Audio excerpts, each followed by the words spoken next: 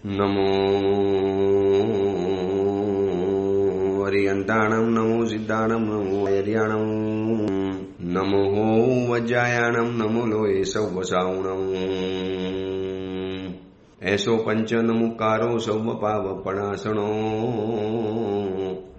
મંગલાહાણમ ચ સૌવે સિંબડમમ વૈ મંગલમ મંગલમ ભગવાન વીરો મંગલમ ગૌતમ પ્રભુ મંગલમ સ્થૂલભદ્રાદ્યા જૈન ધર્મોસ્તુ મંગલમ. પ્રવચનનો વિષય છે નવી સવાર નવો વિચાર. આજથી 1100 વર્ષ પૂર્વે બનેલો અને આશરે 300 જેટલા નીતિસૂત્રોથી સુશોભિત નીતિ વાક્યામૃત નામનો આ ગ્રંથ એક નવા વિચારનું રોજ આપણા મનની અંદરમાં દાન કરે છે. જેમ દુનિયાની અંદરમાં કહેવાય છે કે કર્ણ એક દાનેશ્વરી હતા. દાનની જ્યારે જ્યારે પણ વાત આવે ત્યારે દાનેશ્વરી કર્ણને યાદ કરવાની અંદરમાં આવે છે. એની પાસે તમે જ્યારે પણ જાઓ, જે પણ માગો, જે પણ ચીજ માગો, બધી જ કર્ણ ત્યાં લાવીને હાજર કરતા હતા એમ કહેવાય છે. તો ચીજ માગી અને આપી દેવી એ વાત કંઈક અલગ છે, દુનિયાની વસ્તુ છે. પણ એક એવા પ્રકારનો વિચાર જ્યારે આપણને કોઈક આપી દે, એકાદ વિચારથી આપણું જીવન પરિવર્તન થઈ જાય, મનનું મંથન થઈ જાય. એક કદાચ મરવા માટે તૈયાર થયા હોય અને વ્યક્તિને આખી જિંદગી જીવાડીને કદાચ એવા રસ્તા ઉપર પહોંચી ગયા હોઈએ કે જ્યાં આપણે એકલા, અટુલા, અનાથ, અબોધ હોઈએ. આપણી આજુબાજુની અંદરમાં કશું જ ન હોય, સાવ આપણે જિંદગીથી ભાંગી પડ્યા હોઈએ, તૂટી પડ્યા હોઈએ. અને એવા સમયની અંદરમાં આ એક વિચાર, આવા વિચારોમાંથી કોઈ પણ એક વિચાર એ આપણા મનની અંદરમાં જ્યારે પ્રવેશે છે અને પછી અંધારા મનની અંદરમાં જે અજવાળા જરા અજવાળા થઈ જાય છે, એ તો જેને અનુભવ થાય એને ખબર પડે. આ એક વિચારોની તાકાત છે. એક નવો વિચાર રોજ નવી સવારની પોરની અંદરમાં આપવો એ કંઈ ખાવાના ખેલ નથી. નવો વિચાર, ગમે એવો વિચાર, પાછો એકદમ સાંગો પાંગ વિચાર, સચોટ વિચાર, હૃદયને સ્પર્શી જાય એવો વિચાર, મન વિચારતા કરી મૂકે એવો વિચાર, જેનાથી આખી જિંદગી બદલાઈ જાય એવો વિચાર રોજ સવારના પોરમાં એક નવો આપવો, આ એક વિચારોનું દાન છે. અને આ વિચારોના દાનની અંદરમાં આ મહાત્મા રોજ આપણને એક નવી સવારે નવો વિચાર આપતા આજે આપણે 80 નંબરના સૂત્ર ઉપર ઉભેલા છીએ. નીતિ વાક્ય આ ગ્રંથ છે, 141મું પ્રવચન અને 80 નંબરનું સૂત્ર 80. એમાં એક સરસ મજાની વાત બતાવી છે, અપ્રિયમ અપી ઔષધમ પિયતે. કેટલું નાનકડું વાક્ય. દવા કડવી હોય, ન ગમતી હોય, અપ્રિય હોય, એને પીવાની બિલકુલ લગીરે ઈચ્છા ન હોય, છતાં પણ પીવી પડે છે, પીવાય છે, પીવી જોઈએ અને પીવાની જ હોય. એમ આ દુનિયાની અંદરમાં એવા કેટલાક કર્તવ્યો છે, કેટલીક પ્રવૃત્તિઓ છે, કેટલીક આપણી કાર્ય પદ્ધતિઓ એવી છે, કેટલીક પરંપરાઓ એવી છે કે જે કડવા ઔષધ જેવી છે, જે આપણે કદાચ ગમતી ન હોય, જે આપણે કરવી કદાચ ભારે પડતી હોય, મનમાં જે કરવા માટેનું ક્યારેક કંટાળો આવતો હોય. તો આ સૂત્ર એવી વ્યક્તિઓને બતાવ્યું છે કે ભલે અપ્રિય છે પણ જો ઔષધ છે, એને નથી ગમતું છતાં પણ માણસ પીવે છે. તાવ આવ્યો હોય ત્યારે ક્વિનાઇનની ગોળી કોને લેવી ગમે? ડોલો ગોળી લેવી કોને ગમે? કડવા ઔષધો પીવા કોને ગમે? રોગ થયો હોય તો ઓપરેશન કરાવવું પણ કોને ગમે? કોઈને પણ ગમતું નથી. આ પ્રસૂતિની વેદના પણ કઈ માતાને ગમતી હશે?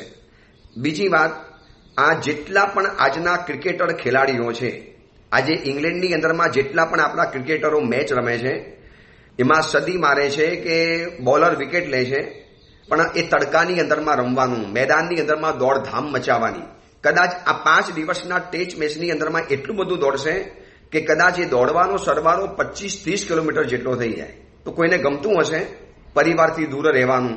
ઘરમાં નાનકડા છોકરાઓ હોય, યુવાન પત્ની હોય, વયોવૃદ્ધ માતા પિતા હોય અને આટલી બધી કાળી મજૂરી કરવાની, મહેનત કરવાની. ભલે શોખ છે, ક્રિકેટ રમે છે, પણ દર વખતે તો ન જ ગમે ને સરખું, છતાં પણ ઔષધ છે અને એ જેમ પી લેવું પડે છે, એમ જીવનમાં કેટલાક પ્રસંગો, કેટલાક અવસરો, કેટલાક કાર્યો, કેટલીક પ્રવૃત્તિઓ, કેટલીક જવાબદારીઓ અને કેટલાક સ્વકર્તવ્યો ન ગમે છતાં પણ એને બજાવવા પડે છે, એને કરવા પડે છે.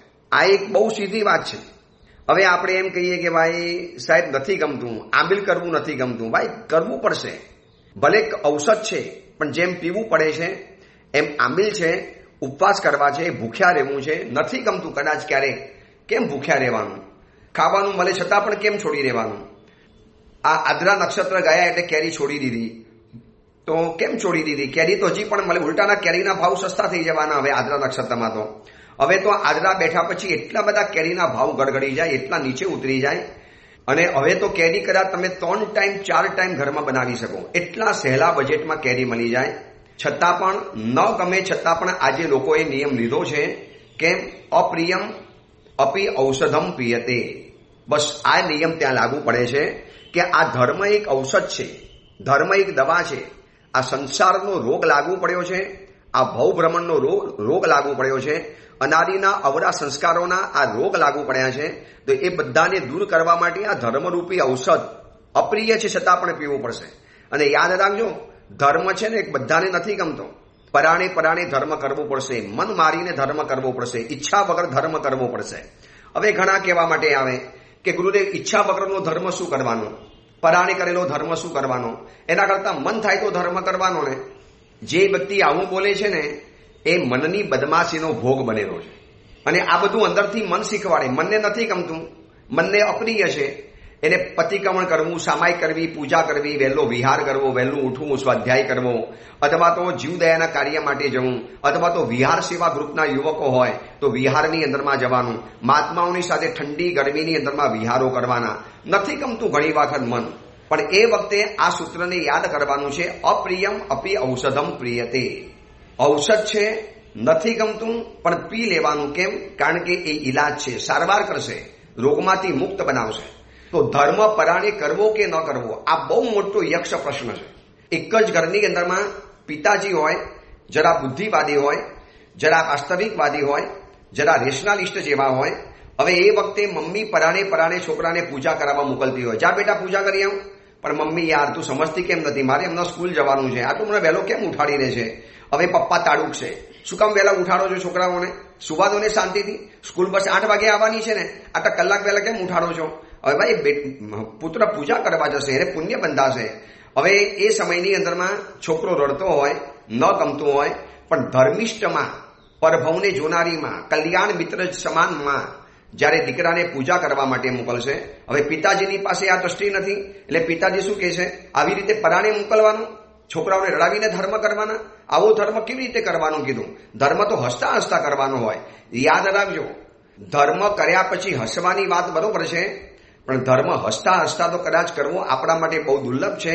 અનાદિકાળના પડેલા સંસ્કાર ધર્મ નહીં કરવા દે, કારણ કે ધર્મમાં છોડવાનું આવે, ધર્મમાં મૂકવાનું આવે, ધર્મમાં જતું કરવાનું આવે, ધર્મની અંદરમાં સહન કરવાનું આવે, ધર્મની અંદરમાં જે ખાવાનું ગમે છે એને છોડી દેવાનું આવે. હવે કેરી ગમે છે, આદ્રા નક્ષત્ર આવ્યા, કેરી છોડવી પડશે, મન નહીં માને. પછી ફાગણ મહિનો આવ્યો, ભાજીપાલો અને મેવો ખાવો ગમે છે, પણ પરંપરા ના પડે છે, પરાણે પણ છોડવું પડશે.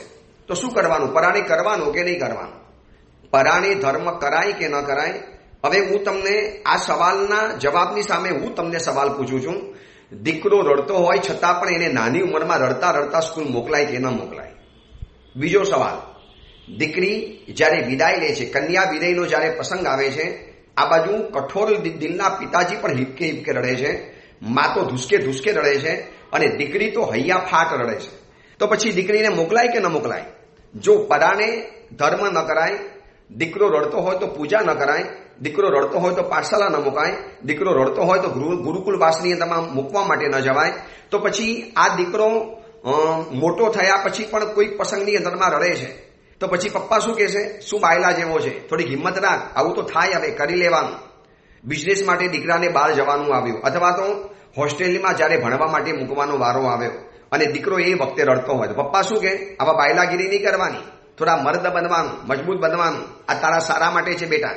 તો એ વખતે સારા માટે આવે, તો મમ્મી નાની ઉંમરે પરાણે પૂજા કરાવતી, શું એ સારા માટે નહોતું, એ ખરાબ માટે હતું? મને આટલો જવાબ આપજો. આ જેટલા પણ પ્રવચનો સાંભળો છો એમાંથી કોકને તો મનમાં એમ હશે ને કે પરાણે ધર્મ શું કામ કરવાનો, ધર્મ તો ઈચ્છાથી કરવાનો, એવો પરાણે ધર્મ કરીને પણ મતલબ શું, ભાવ વગરના ધર્મની શું કિંમત. લો, ભાવ વગર સ્કૂલ જવાય એ ચાલે, તમે ચલો એ બધી વાત છોડો, સ્કૂલ કોલેજ અને કન્યા વિદાયની પ્રસંગની વાત છોડો. આ સુધીની અંદરમાં આ ઓડિયો પ્રવચન સાંભળનારા જેટલા પણ હજારો શ્રોતાઓ છે, જે તમે અત્યારે મારું પ્રવચન સાંભળો છો એ બધાને એક સવાલ પૂછું છું. તમે આ સુધીની અંદરમાં કેટલાય લગ્નો એટેન્ડ તો કર્યા હશે ને, કેટલાય મેરેજ એટેન્ડ કર્યા હશે. હવે સાચું કહેજો, આ બધા મેરેજમાં ક્યારેક તો પરાણે નહીં ગયા હો, ક્યારેક તો બે મને નહીં ગયા હો, ક્યારેક તો કમ મને नहीं गया हो, कभी तो બે मन से नहीं गए होंगे, बलजबरी से नहीं गए होंगे. પછી ઘરમાં બોલ્યા પણ હશો ને, યાર ક્યાં આજે લગ્ન આવી ગયા, હવે આ જવું પડશે. કેમ? વ્યવહારની અંદરમાં બધું જ તમારે કરવાનું, પરાણે કરવાનું. વ્યવહારમાં દીકરો રડતો હોય તો પણ સ્કૂલમાં મોકલવાનું. વ્યવહારની અંદરમાં માં રડતી હોય છતાં પણ પપ્પા કે મમ્મીને કહી દે આવા છે ને બાયલાગીરી નહીં કરવાની, એના ભવિષ્યનો વિચાર કરો. આટલી બધી લાગણીઓ નહીં બતાવવાની. એ ત્યાં ભણવા જશે હોસ્ટેલમાં, એનું ફ્યુચર સારું બનવાનું. વાહ! એ પપ્પા નાની ઉંમરની અંદરમાં મમ્મી પરાણે પૂજા કરાવતી હતી ત્યારે શું કહેતા હતા? પરાણે નહીં કરાવવાનું, ઈચ્છા હોય તો કરાવવાનું, આવી બલજબરી નહીં કરવાની. ભાવ વગરનું ધર્મ કરેલું શું કરવાનું?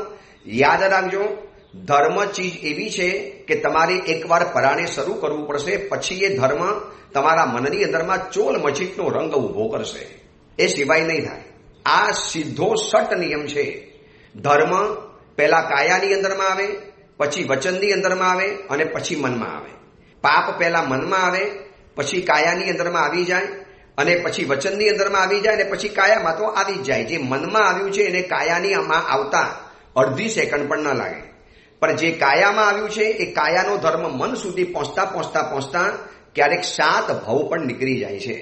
પરાણે ધર્મ શું કરાય? જો આવું જે પૂછતા હોય છે એને એમ કહેવાનું કે જંબુ સ્વામીનો જે આત્મા હતો ભવદેવના ભવની અંદરમાં, બરોબર, ભવદેવ અને ભવદત્ત મુનિવરો હતા. તો ભવદત્તના ભવની અંદરમાં જંબુ સ્વામીનો આત્મા હતો. એને પરાણે બલજબરીથી બે મને અનિચ્છાએ 12 વર્ષ સંયમ જીવન પાર્યું. શું નુકસાન ગયું? કુછ ભી નુકસાન નહીં ગયા. પરાણે કરેલો ધર્મ નુકસાન તો નથી કરતો, સમજી રાખજો. તમે ઈચ્છા વગર પણ ઝાડને પાણી પીવડાવશો તો ઝાડને તો ફાયદો જ થવાનો છે. તમે ઈચ્છા વગર સાકર ખાશો તો સાકર તો મીઠી જ લાગવાની. તમે ઝઘડો કરીને પણ ગોળ ખાશો તો ગોળ મીઠો જ લાગવાનો. તમે ઝઘડો કરીને પણ પાણી પીશો તો પાણી તો તરસ છીપાવાની છે. એ પાણીનો નેચર છે. એમ ધર્મનો સ્વભાવ છે. હા, તમે હસતા હસતા પીવો, આમ ખુશ થઈને પીવો ને તો પાણીની મજા કંઈક અલગ આવે. પાણીની શક્તિ તો એની જ રહેવાની, પણ એ પીવાની મજા કંઈક અલગ આવે. એમ ધર્મની તાકાત તો છે. હવે હસતા હસતા કરશો તો ધર્મની તાકાત ડબલ બની જવાની, 2 ગુણા બની જવાની. એટલે આ સીધો હિસાબ છે. અપ્રિયમ અપી ઔષધમ પીયતે.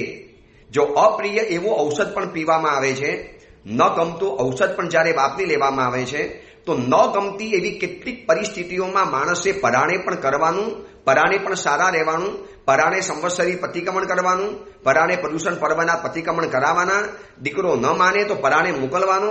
એવા ધક્કામાં નથી મોકલવાનો. પણ બેટો જ્યારે થોડો ઘણો વિવેકી હોય, માં જાને દેને યાર, નહીં જાના હે, નહીં બેટા જાના તો પડેગા, પ્રેમથી, આગ્રહ ક્રોધથી નથી કરવાનો. બેટા જાઓ, જવું પડશે, વર્ષે એક પ્રતિક્રમણ છે કે અમે તમને રોજ પ્રતિક્રમણ કહીએ છીએ. આ જૈનત્વ રિન્યુ કરવાનો દિવસ છે બેટા, આજે તો પૂજા કરવી પડશે, તમારો જન્મ દિવસ છે બેટા, રોજ આગ્રહ નથી કરતી ને, આજે જાઓ બેટા, બસ આ જાના હે પડેગા. આ પ્રેમાધિકાર, પ્રેમથી અધિકારપૂર્વક એ છોકરાને પરાણે પણ પૂજા કરવા મોકલો. भले पराणे करसे, छोकरो कैसे मम्मी 2 मन से करना क्या फायदा?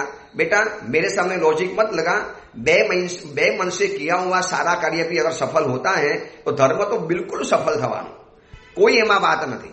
तो अप्रिय औषध जेम पीवाय छे, तमे जोओ ने संसारनी अंदरमां बधी जग्यानी अंदरमां पीड़ा स्वीकारे. पाछळ जो पुरस्कार होय तो कयो माणस पीड़ा नहीं स्वीकारतो?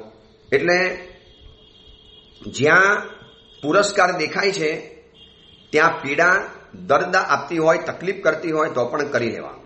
આજે ઉપવાસ કર્યો, ભૂખ્યા રહેવાની પીડા મળી, દર્દ મળ્યું, પણ પાછળ જે પુણ્યનું પ્રોડક્શન થયું, પુણ્ય જે ઉત્પન્ન થયું, એ આવનારા ભવની અંદરમાં એવા પુણ્યના પરમાણુઓ ફેલાશે.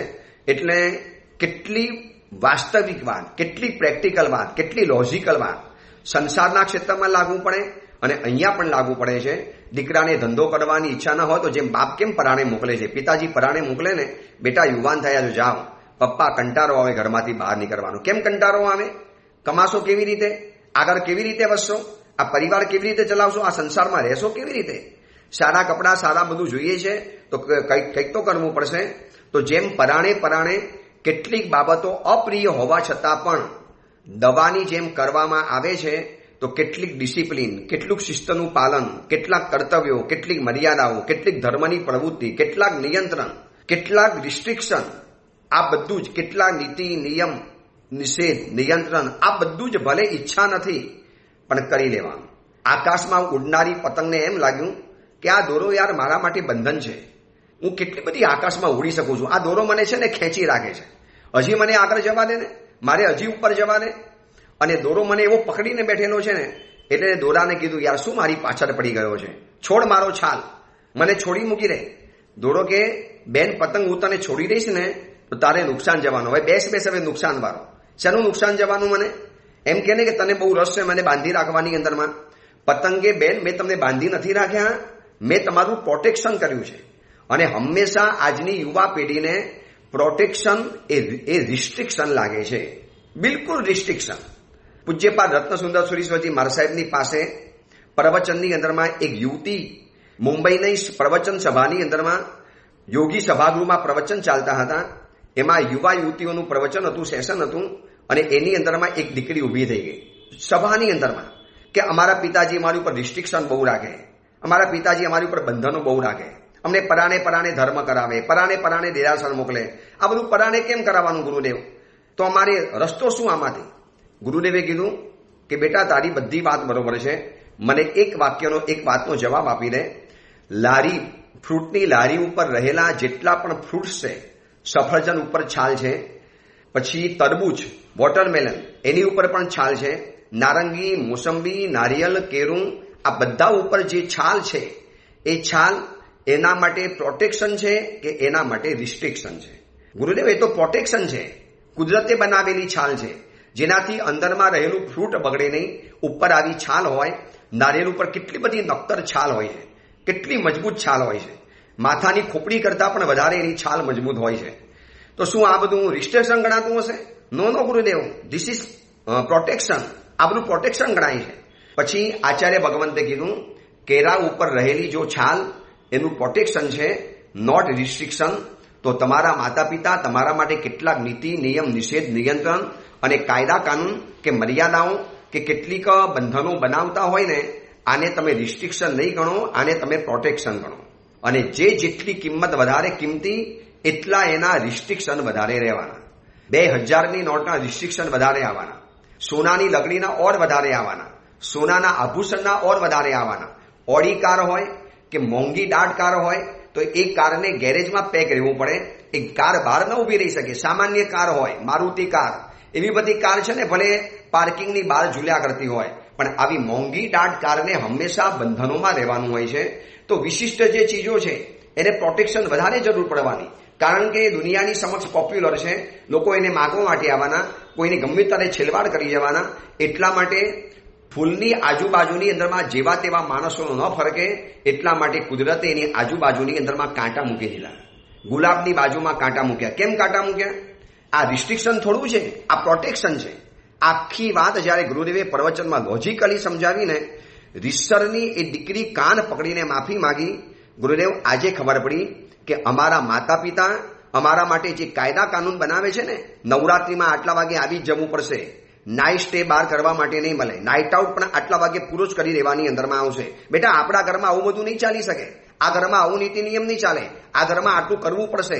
નોટ એટલે આ ઘરની અંદરમાં આવું કોઈ જ એલાઉડ નથી. આવા કપડાં નહીં પહેરવાના, આટલું બહાર નહીં રહેવાનું, આટલા વાગ્યા સુધી બહાર રખડવાનું નહીં, આવા એકલા છોકરાઓની સાથે નહીં જવાનું. અને આવી રીતે નાઇટ આઉટ કે નાઇટ સ્ટે કરવા માટે તમે છોકરા છોકરીઓ ભેગા થઈને નહીં જઈ શકો. આપણું માતા પિતાના જે બંધનો છે એ બંધનો પ્રોટેક્શન છે, રિસ્ટ્રિક્શન નથી. મારા ગુરુદેવ પણ મારા માટે જે નીતિ નિયમ બનાવતા હોય તો મારે એને પ્રોટેક્શન માનવાનું હોય, મારા ભલા માટે કરે, મારા સારા માટે કરે. પરંતુ કેવું થાય છે કે આ બધું છે ને ગમતું નથી, એટલે મનની અંદરમાં એલર્જી થાય. શું માતા પિતા છે, ઓર્થોડોક્સ છે, આપણને આવા કપડાં ના પહેરવાને, આવી રીતે જવા ના દે. અને પછી મિત્રો ભેગો થાય ને, क्यों यार तू नहीं आया, हम सब कल गए थे, कितनी मजा करी. अब जाने देने यार, मेरे माता पिता खड्डू से, समझते ही नहीं है. ऐसे जड़ होकर बैठे जूनवाणी समाज के मेरे माता पिता है, ऑर्थोडॉक्स है. और જે માતા પિતા તમારી ચિંતા કરે છે, તમારું પ્રોટેક્શન કરવા તૈયાર થાય છે, જોઈ લો દીકરા દીકરીઓ આવી રીતે રખડવાની અંદરમાં જાય છે ને રાતના સમયની અંદરમાં શું ખેલ ખેલાય છે લોકોની સાથે, જગ જાહેર છે. હજારો પ્રસંગો આવા બને છે, હજારો પ્રસંગો. કોઈ માતા પિતા દુશ્મન નથી, કોઈ વડીલો આપણા દુશ્મન નથી. આ નીતિ નિયમ બનાવનારા વડીલો કોઈ દુશ્મન નતા. સ્ત્રીઓને એમ લાગે કે અમારા માટે આટલા બધા બંધન કેમ? પુરુષોને બધું જ કરાય. અરે મારી પાસે જેટલા પણ પરિવારો વંદન કરવા માટે આવે ને, સુરતમાં, મુંબઈમાં હતો, મુંબઈમાં, અત્યારે સુરતમાં છું, તો દરેક પરિવારના બધા માતા પિતાઓ બેઠેલા હોય અને દીકરા દીકરીઓ કંઈક વાત નીકળે ને એટલે તરત છોકરી બોલવા માંડે, સાહેબ એ તો ભાઈને બધી છૂટ, અમને છોકરીઓને કશી છૂટ નહીં મળવાની. ભાઈ રાતના 12 વાગે આવે તો ચાલે, મમ્મી કે બેટા તારે બહાર ન જવાય. કેમ? જો ભાઈને જવાની છૂટ તો અમને જવાની છૂટ કેમ નહીં? જો ભાઈ જઈ શકતો હોય તો અમે પણ કેમ ન જઈ શકીએ? હવે એવું દીકરીને સમજાવું કે બેન તમે સ્ત્રી છો તો ક્યાં ગુનો કર્યો અમે? અરે બેન તમે સ્ત્રી ગુનો નથી કર્યો, તમે તો આ દુનિયાની સૌભાગ્યવતી સ્ત્રીઓ છો, માતાઓ છો. તમારા પેટની અંદરમાં જીન શાસનને ભારતનું ભવિષ્ય પેદા થવાનું છે. તમે કદાચ આવતીકાલે સંયમ જીવન સ્વીકારશો તો એક સુંદર સૌણી ભગવાન બની શકો એમ છો. પરંતુ તમે સ્ત્રી છો, લાવણ્ય છે તમારી પાસે, સૌંદર્ય છે, તમારું શરીર આકર્ષક છે, એટ્રેક્ટિવ શરીર છે તમારું, અને આ બધાના કારણે તમને કદાચ નુકસાન થઈ શકે એમ છે. એટલે રાતના જવાની બહાર ના પાડી. હવે એની પાછળનો જો ઉદ્દેશ, જે એમ છે એ નથી ગણતા, અને માત્ર બહારનો જે વ્યવહાર છે ને બસ એને માની લીધું કે અમને બંધનમાં નાખે, અમને આમાં નાખે. બેન આ બંધન નથી, આ પ્રોટેક્શન છે. આ તમારા બચાવ માટેની એક દિવાલ છે, આ તમારું ડિફેન્સ છે, આ તમને બચાવે છે, આ તમારી સુરક્ષા માટે રહેલું છે. કેટલું સમજાવી શિબિરોમાં, પ્રવચનોની અંદરમાં, પણ આધુનિક માનવીઓ, આધુનિક સ્ત્રીઓના મગજની અંદરમાં આ એટલો મોટો વાયરસ ઘર કરી ગયો છે.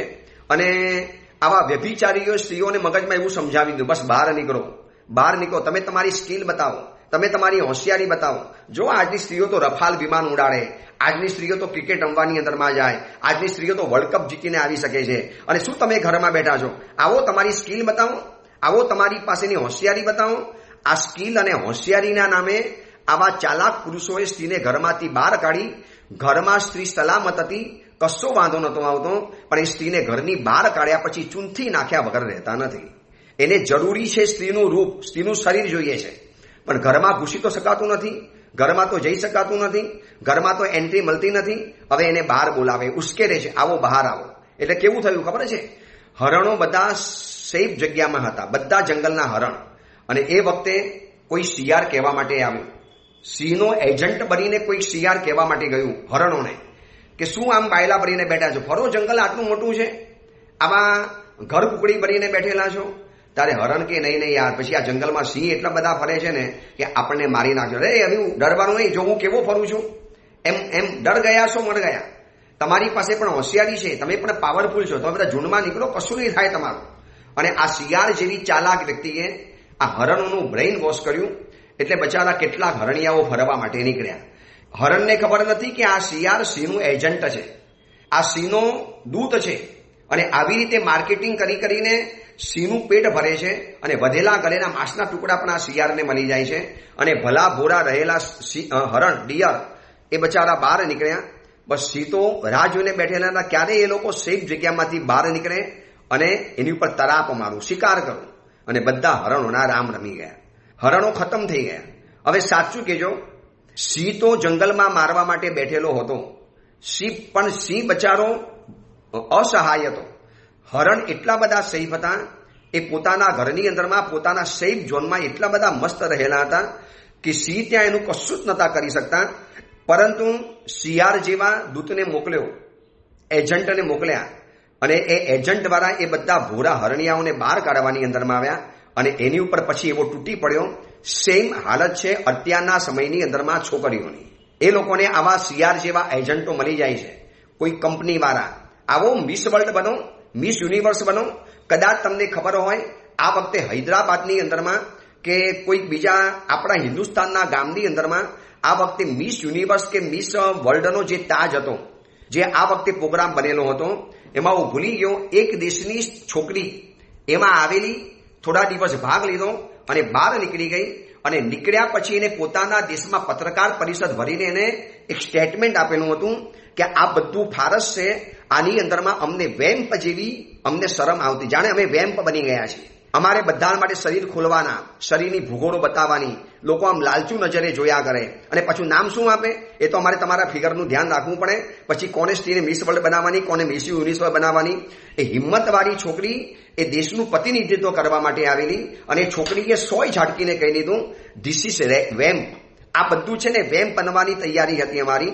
અને છોકરી અડધી સ્પર્ધામાંથી બહાર નીકળી ગઈ અને પેપરોની અંદરમાં સમાચાર ચમક્યા, પણ આખી ગેંગ હતી ને એને સમાચાર એવા દબાવી દીધા કે એને આગળ વધવા જ ન દીધા. કેમ? એ છોકરી મૂરખ હતી. છેક હિન્દુસ્તાન સુધી લાંબી થઈ.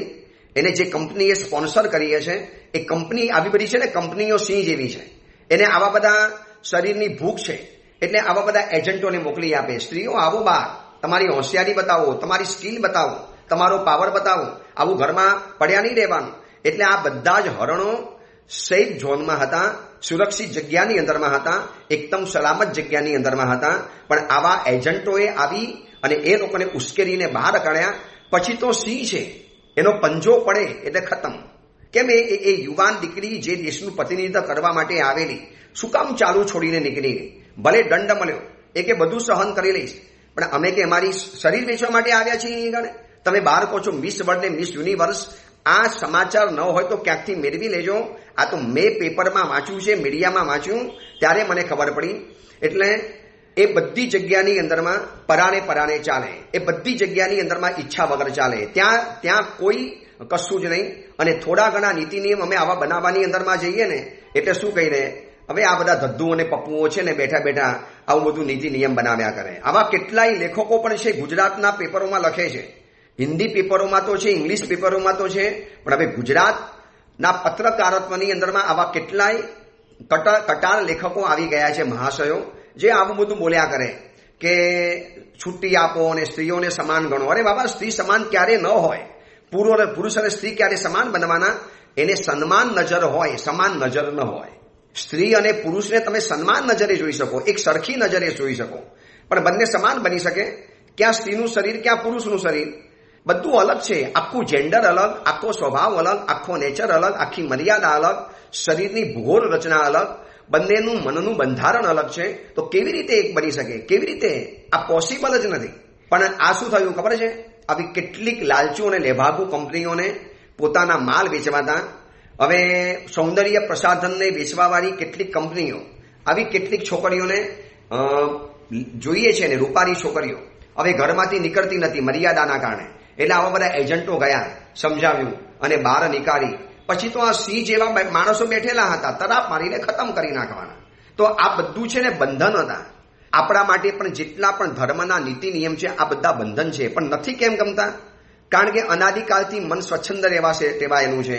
મનને સ્વચ્છંદતા જોઈએ, મનને સ્વતંત્રતા જોઈએ, મનને ખુલ્લી રીતે ફરવા માટે જોઈએ. એટલે મનને આ ગમતું નથી. હું તમને એક વાત કહું, મેં જ્યારે નાની ઉંમરે દીક્ષા લીધેલી, 9 વર્ષે દીક્ષા લીધી, ક્યારેક સ્વાધ્યાય કરવો મને પણ નહોતો ગમતો. પરાણે ગુરુદેવ ભુવન ભાનુ સુરીશ્વરજી મહારાજા સ્વાધ્યાય કરાવતા હતા, ત્યારે એક વાક્ય અમને કાયમ માટે કહેતા હતા. આજે મગજની અંદરમાં એ વાક્ય ગાથાની જેમ યાદ રહી ગયું છે. गुरुदेव कायम माटे हिंदू नु वाक्य कहता था, परिश्रम करने की उम्र में अगर आराम करोगे, परिश्रम करने की उम्र में अगर आराम करोगे तो आराम करने की उम्र में परिश्रम करना पड़ेगा. त्यारे तो एनो बहु अर्थ नतो समझातो, पण आजे खबर पड़े छे के शुं आ ब्रह्म वाक्य छे, केवुं आ ब्रह्मास्त्र छे. प्रमादमां मन आव्युं होय, धर्म करवानी आनाकानी करतो होय, धर्म करवामां मन कदाच उल्लसित न बनतो होय, कोई पण सारा शुभ कार्य करवानी अंदरमां मनने जरा कीड़ी चढ़ती होय, तो एवा समयनी अंदरमां आ वाक्य काम लागे एम छे. परिश्रम करने की उम्र में अगर आराम करोगे तो आराम करने की उम्र में आपको परिश्रम करना पड़ेगा. भाई जे समय जे कार्य करवानुं छे करी लो. नानी उम्रे नहीं भणो तो मोटी उम्रे भणवुं पड़शे, अने मोटी उम्र तमारी आरामनी उम्र छे, अत्यारे परिश्रमनी उम्र छे. नानी उम्र छे, कुमरू मगज छे अने कचरा वगरनुं मगज छे. करी लो गाथा, स्वाध्याय करी लो. कर्यो जेटला अंशे कर्यो एटलो फायदो थयो. गुरुदेवे जेटले कीधो होत तो वधु फायदो थात. तो आज हूँ प्रवचन आपी सकूं छूं, तमारी समक्ष बोली सकूं छूं, कईक संघोनी अंदरमां आराधना करावी सकूं छूं. बस एक गुरुदेवना पराणे करावेलो स्वाध्याय. अप्रियम अपि औषधम पीयते. आ जेटला पण युवान दीकरा दीकरीओ छे जेमने कदाच आवा माता पिताना रिस्ट्रिक्शन गमता नथी, जेमने आ बधा रिस्ट्रिक्शन प्रोटेक्शन नथी लागता, એવાને આજનું આ પ્રવચન સંભળાવજો અથવા તો એનો સાર મોકલી આપજો કે બેટા આજે પ્રવચનમાં આવું સાંભળ્યું.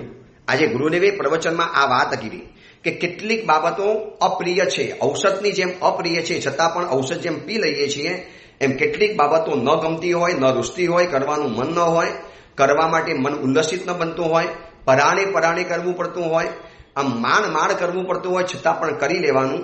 બસ ઔષધ છે એને પરાણે પીવાથી જેમ ફાયદો છે એવી રીતે પરાણે ધર્મ કરવાથી પણ ફાયદો છે. આ બહુ સીધી વાત છે, સીધું સટ વાત છે. હવે એની સામે કરવી હોય તો ઘણી દલીલો કરી શકાય. કેમ ભાઈ પરાણે કેમ કરવાનું, શું કરવાનું? ભાઈ એ સીધી વાત છે. મન સ્વચ્છંદતા અને સ્વતંત્રતાનું પ્રિય છે. મનને આ બધું નહીં ગમે અને મન પછી એની સામે બરવો પોકારશે. કેમ પરાણે ઉપવાસ કરવાનું? ઈચ્છા થાય તો કરવાનું, પરાણે થોડો કરી લેવાનો હોય.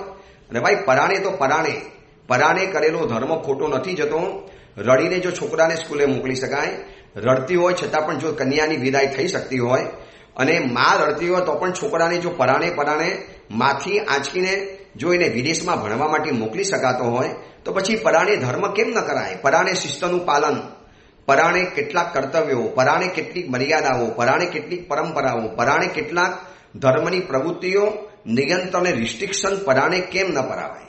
બસ આ છેલ્લી વાત યાદ રાખવાની. અપ્રિયમ અપી ઔષધમ પ્રિયતે.